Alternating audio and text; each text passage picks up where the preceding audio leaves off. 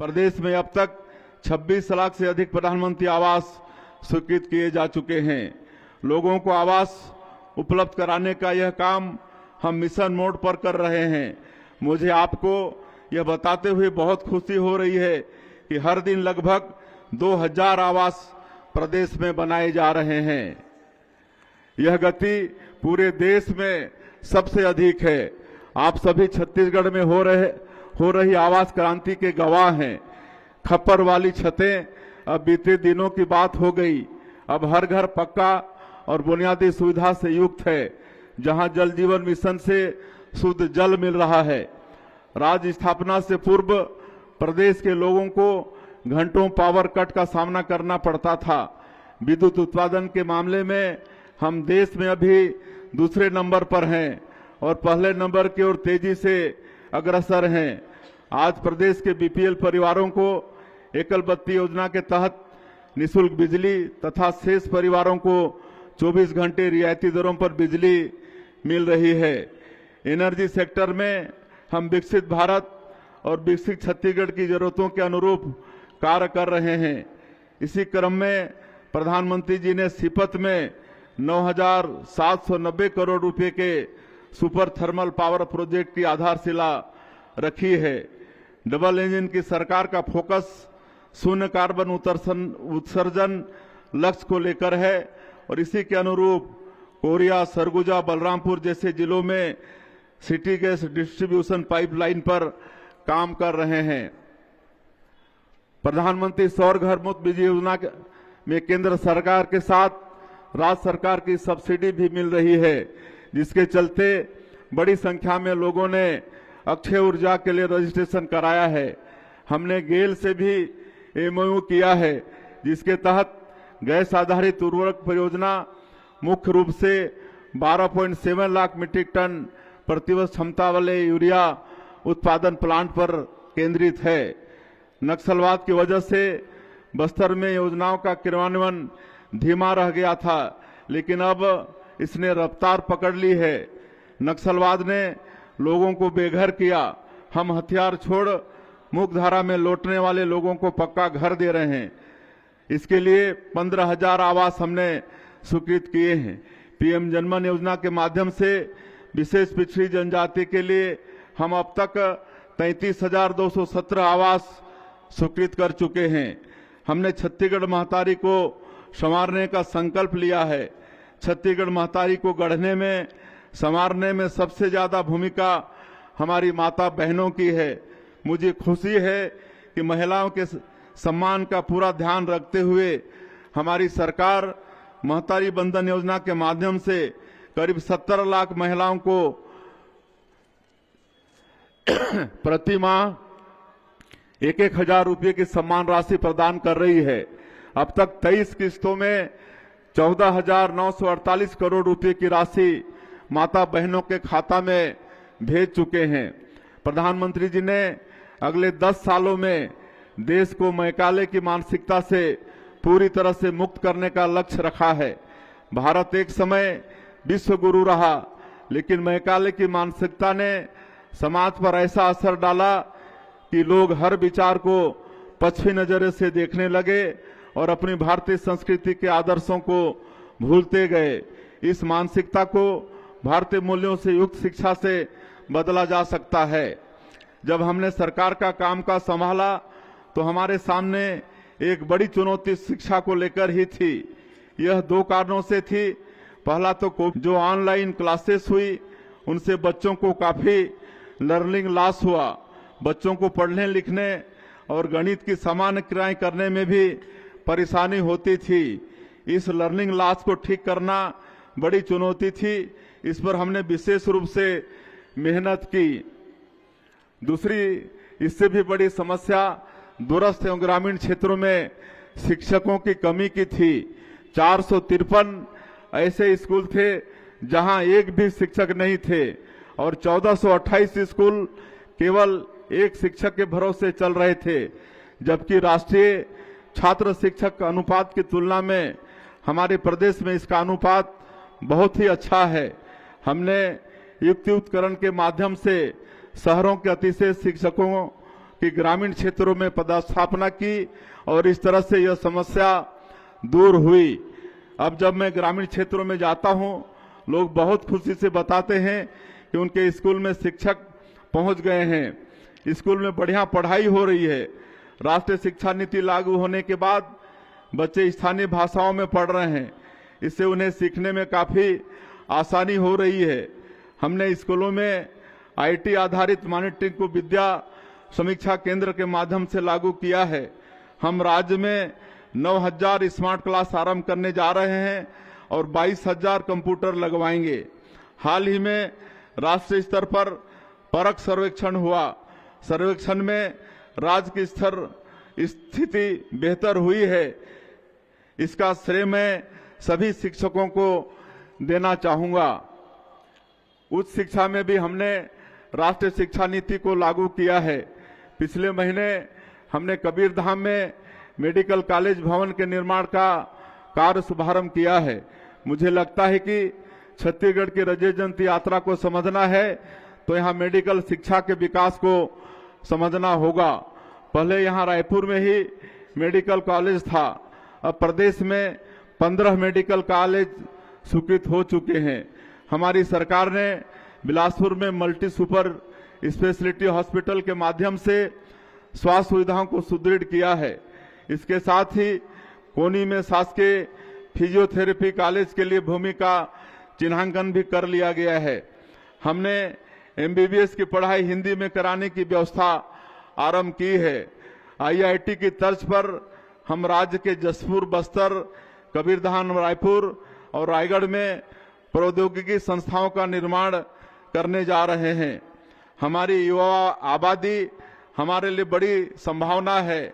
हम राष्ट्रीय स्तर की संस्थाओं को प्रदेश में ला रहे हैं। नवा रायपुर को हम एडू सिटी के रूप में विकसित कर रहे हैं। हम निफ्ट, नाइलिट और फोरेंसिक यूनिवर्सिटी जैसे संस्थान यहां आरंभ कर रहे हैं। युवाओं को पढ़ने लिखने की बेहतर जगह मिल पाए, इसके लिए हम रायपुर के नालंदा परिसर की तर्ज पर 34 नगरीय निकायों में अत्याधुनिक लाइब्रेरी बना रहे हैं।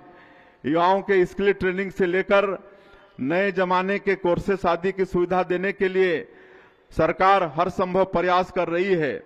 160 ITI को हमने 484 करोड़ रुपए की लागत से मॉडल ITI के रूप में उन्नयन किया है।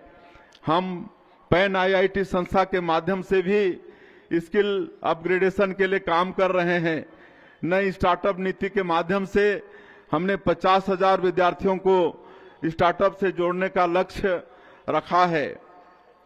हमारे देश ने वर्ष 2036 में ओलंपिक खेलों के लिए दावेदारी की है। देश में खेल अधोसंरचना को मजबूत करने एवं खेलों का शानदार माहौल तैयार करने यह कदम उठाया गया है। ओलंपिक खेलों में छत्तीसगढ़ के खिलाड़ी भी अंतर्राष्ट्रीय स्तर पर अपनी प्रतिभा का प्रदर्शन करें, इसके लिए हम खेल अधोसंरचना को बेहतर बनाने का काम मिशन मोड पर कर रहे हैं। नया रायपुर के सेक्टर 28 में स्पोर्ट्स कॉम्प्लेक्स के लिए 85 करोड़ रुपए का बजट प्रावधान किया गया है। हमारा राज्य जनजातीय बाहुल्य है। तीरंदाजी की कला हमारे जनजातीय क्षेत्र की पहचान रही है। इसे निखारने के लिए हमने राष्ट्रीय आर्चरी एकेडमी की स्थापना हेतु नवा रायपुर में 13 एकड़ जमीन आवंटित की है। खिलाड़ियों को प्रोत्साहित करने हमने ओलंपिक खेलों में पदक विजेताओं के लिए विशेष धनराशि की घोषणा भी की है। खेल प्रतियोगिताएं कभी आसान जगहों में आयोजित नहीं होती। खेल सुकून के वातावरण में खेले जाते हैं। बस्तर में भी ऐसा ही सुकून लौट आया है। बस्तर ओलंपिक के आयोजन के माध्यम से हमने खेल के माध्यम से बस्तर की नई पहचान देश और दुनिया के सामने रखी है। पिछले वर्ष इन खेलों में 1,65,000 लोगों ने हिस्सा लिया था। इस बार 3,92,000 लोगों ने भाग लिया। इस साल हमें खेलो इंडिया ट्राइबल गेम्स की मेजबानी भी मिली है।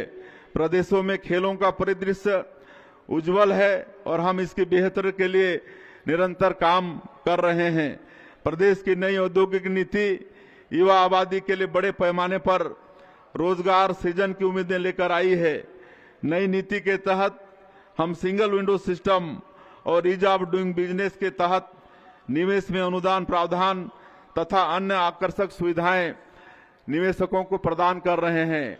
नई नीति के तहत हमने मुंबई, दिल्ली, अहमदाबाद और बंगलुरु जैसे महानगरों के साथ ही जापान एवं दक्षिण कोरिया में भी निवेश सम्मेलन किए।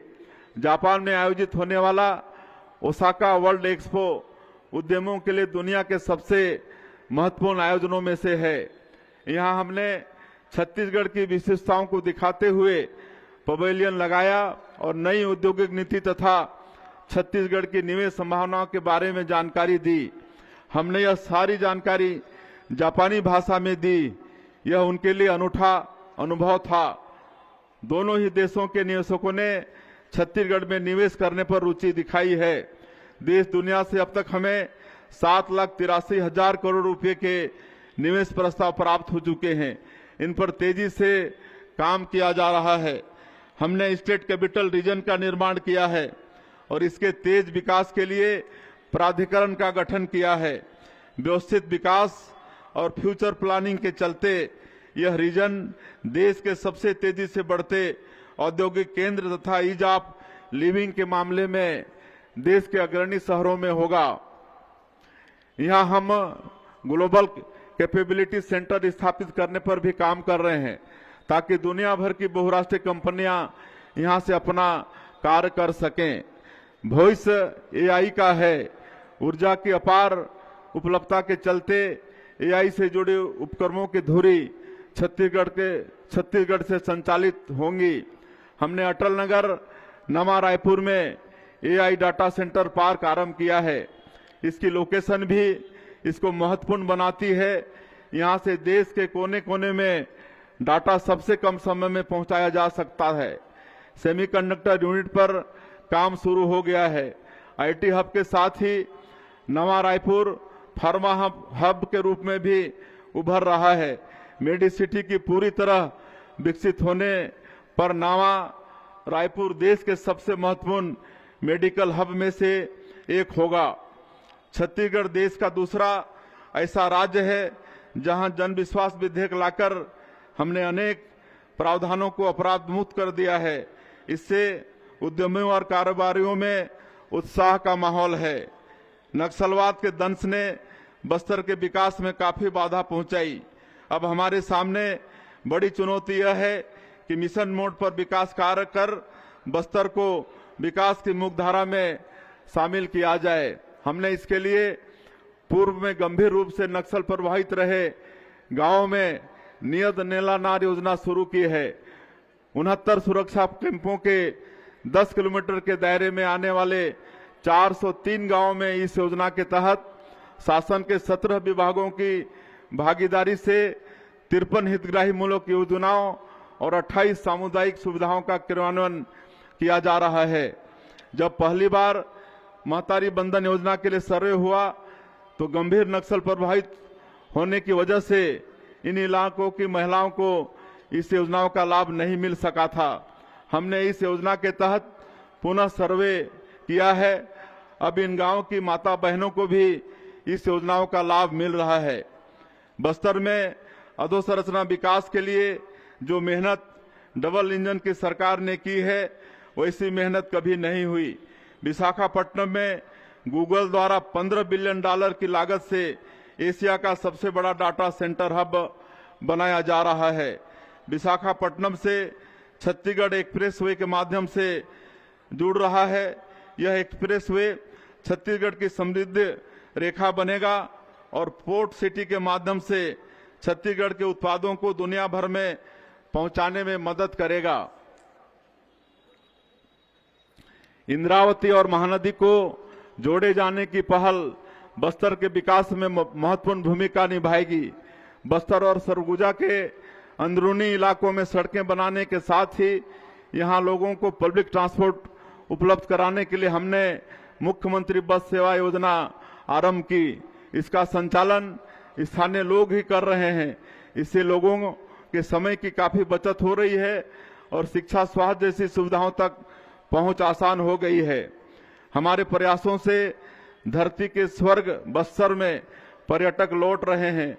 इस साल नए वर्ष में एशिया का नियाग्रा कहा जाने वाला चित्रकूट जलप्रपात पर्यटकों की संख्या में आए उफान का गवाह भी रहा है। बस्तर की प्राकृतिक सुंदरता और इसकी अद्भुत जनजातीय संस्कृति को देश दुनिया को दिखाने हमने इस वर्ष भी बस्तर पंडुम का आयोजन किया है। स्वदेश दर्शन योजना के तहत हमने कवर्धा में भोरमदेव को शामिल किया और अब यहाँ काशी विश्वनाथ की तरह कॉरिडोर बनने का काम आरंभ हो गया है। हमें इस बात की हार्दिक खुशी है कि बिलासपुर जिले का कोपरा जलाशय छत्तीसगढ़ का पहला रामसर साइट घोषित किया गया है। इससे जैव विविधता को सहेजने में मदद मिलेगी। संस्कृत की श्रेष्ठ कविता मेघदूत की प्रेरणा कालिदास को सरगुजा से मिली। सरगुजा संभाग धरती के सबसे सुंदर हिस्सों में से है। यहाँ पर्यटन को प्रोत्साहित करने हम काम कर रहे हैं। छत्तीसगढ़ का शिमला कहा जाने वाला मैनपाट में भी पर्यटकों की संख्या बढ़ी है। नई औद्योगिक नीति में पर्यटन को उद्योग का दर्जा देने और होम स्टे में निवेश पर आकर्षक प्रावधान देने का बेहतर नतीजा सामने आ रहा है। जसपुर में सबसे बड़े प्राकृतिक शिवलिंग मधेश्वर महादेव के दर्शन के लिए भी बड़ी संख्या में श्रद्धालु पहुंच रहे हैं। जसपुर का मायालय भी स्वदेश दर्शन योजना में शामिल हो गया है। रेल, सड़क और हवाई सेवाओं के विस्तार का असर सरगुजा संभाग के तेज विकास में नजर आ रहा है। यहाँ निवेश पर किए गए आकर्षक प्रावधानों के चलते तेजी से आर्थिक निवेश हो रहा है। शिक्षा और स्वास्थ्य से जुड़ी अधोसंरचना को भी हम बेहतर कर रहे हैं। जसपुर में मेडिकल कॉलेज की स्थापना के लिए 359 करोड़ रुपए स्वीकृत किए गए हैं। इसके साथ ही यहाँ 220 बिस्तर वाले अत्याधुनिक अस्पताल के निर्माण के लिए भी 32 करोड़ रुपए की मंजूरी दी गई है। नगरीय निकायों की सुंदरता एवं यहाँ बुनियादी सुविधाओं को सुनिश्चित करने हम मिशन मोड में काम कर रहे हैं। इसके अच्छे नतीजे सामने आए हैं। स्वच्छता सर्वेक्षण में छत्तीसगढ़ के सभी शहरों ने अच्छा प्रदर्शन किया है। प्रधानमंत्री जी ने मन की बात कार्यक्रम में बिल्हा की स्वच्छता दीदियों की प्रशंसा भी की है। रायपुर को प्रॉमिसिंग स्वच्छ शहर का पुरस्कार मिला है और गार्बेज फ्री सिटीज की 7 स्टार रेटिंग मिली है। 3 लाख से 10 लाख की आबादी वाले शहरों की श्रेणी में बिलासपुर को दूसरा स्थान प्राप्त हुआ है। मुख्यमंत्री नगरोत्थान योजना के माध्यम से हम 525 करोड़ रुपए की लागत से सभी नगर निगमों में अधोसंरचना के बुनियादी महत्व के कार्य करा रहे हैं। पब्लिक ट्रांसपोर्ट को बढ़ावा देते हुए प्रधानमंत्री ई बस सेवा योजना के माध्यम से रायपुर में 100, दुर्ग भिलाई में 50, बिलासपुर में 50 तथा कोरबा में 40 ई बसों की स्वीकृति प्राप्त हुई है। अटल जी के जन्म शताब्दी को यादगार बनाने हम सभी नगरीय निकायों में अटल परिसर बना रहे हैं। अटल जी द्वारा दिखाए गए सुशासन की राह पर हम निरंतर चल रहे हैं। प्रशासनिक कार्यप्रणाली के हर स्तर पर सुशासन को अपनाया गया है। सुशासन की पहली शर्त है पारदर्शिता। इसे अपनाते हुए हमने डिजिटल गवर्नेंस को हर स्तर पर अपनाया है। ई ऑफिस के माध्यम से हमने सरकारी कामकाज में समय सीमा, गुणवत्ता और पारदर्शिता स्थापित की है। बायोमेट्रिक अटेंडेंस हमने सभी विभागों में लागू किया है। ठीक सुबह 10 बजे अपनी उपस्थिति बायोमेट्रिक अटेंडेंस के माध्यम से दर्ज करानी होती है। अधिकारी कर्मचारी तय सीमा पर अपनी जगह पर बैठ जाते हैं और कामकाज शुरू हो जाता है। हमने खरीदी में जेम पोर्टर को अपनाया है और इससे सरकारी खरीदी में होने वाले भ्रष्टाचार पर रोक लगी है। शासन प्रणाली में आए इन असाधारण बदलावों का असर राज्य की जीएसडीपी में नजर आ रहा है। जीएसडीपी वर्ष 2024-25 का अग्रिम अनुमान 3,29,752 करोड़ रुपए है, जो पिछले वर्ष की तुलना में 7.51% अधिक है। इसी प्रकार 2023-24 की तुलना में राज्य की प्रति व्यक्ति आय 9.37% बढ़कर 1,62,870 रुपये हो गई है। हमारी छत्तीसगढ़ी संस्कृति का संरक्षण और संवर्धन हमारे लिए सबसे अहम है। श्री राम लला हमारी सांस्कृतिक आस्था के केंद्र हैं। श्री राम लला अयोध्या धाम दर्शन योजना से अब तक 40,000 से अधिक श्रद्धालु प्रभु श्री राम के पुण्य दर्शन का लाभ ले चुके हैं। भारत भूमि विलक्षण है, जहां उत्तर, दक्षिण, पूर्व, पश्चिम हर कोने में पुण्य स्थल मौजूद हैं।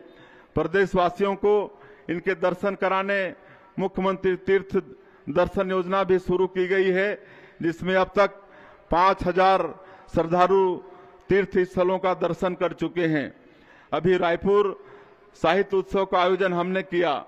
इस आयोजन के माध्यम से हमने ज्ञानपीठ पुरस्कार प्राप्त स्वर्गीय श्री विनोद कुमार शुक्ल सहित दिग्गज साहित्यकारों की प्रेरणा को नई पीढ़ी तक पहुंचाने का प्रयास किया है। अपनी बोली, भाषा, लोक कला, लोकगीत और सांस्कृतिक धरोहरों को सहेजने हम ऐसे कार्यक्रम करते रहेंगे। राज्य के सर्वांगीण विकास में शांति, सुरक्षा एवं कानून व्यवस्था की प्रमुख भूमिका रही है। इसमें हमारे छत्तीसगढ़ पुलिस के जवानों का अनुकरणीय योगदान है। इन्होंने सुरक्षा व्यवस्था बनाए रखने के साथ नक्सल विरोधी अभियानों में अदम्य साहस का परिचय देते हुए अनेक जवानों ने अपना सर्वोच्च बलिदान दिया है। इस उत्कृष्ट कार्य के लिए छत्तीसगढ़ पुलिस बल में कार्यरत समस्त बल को समान स्वरूप राज्य स्थापना की 25वीं वर्षगांठ का पदक प्रदान किए जाने की मैं घोषणा करता हूं। विकसित छत्तीसगढ़ के लिए बनाए गए अंजोर विजन डॉक्यूमेंट के अनुरूप हम लगातार कार्य करते रहेंगे। जन भागीदारी से हम छत्तीसगढ़ महतारी को संवारते रहेंगे। मुझे इस अवसर पर स्वर्गीय लक्ष्मण मस्तूरिया जी की कविता की पंक्तियां याद आ रही हैं। सरग अला पृथ्वी माँ लादे हूँ, परण ऐसन ठाने हाउ, मोर संग चलो रे, मोर संग चलो जी, मोर संग चलोगा, मोर संग चलो रे। मस्तूरिया जी की इन पंक्तियों को साकार करना है और विकसित छत्तीसगढ़ का निर्माण करना है। आप सभी की भागीदारी से निश्चित ही हम यह लक्ष्य प्राप्त करेंगे। आप सभी को पुनः एक बार गणतंत्र दिवस की बहुत बहुत बधाई, बहुत बहुत शुभकामनाएं। जय हिंद, जय छत्तीसगढ़।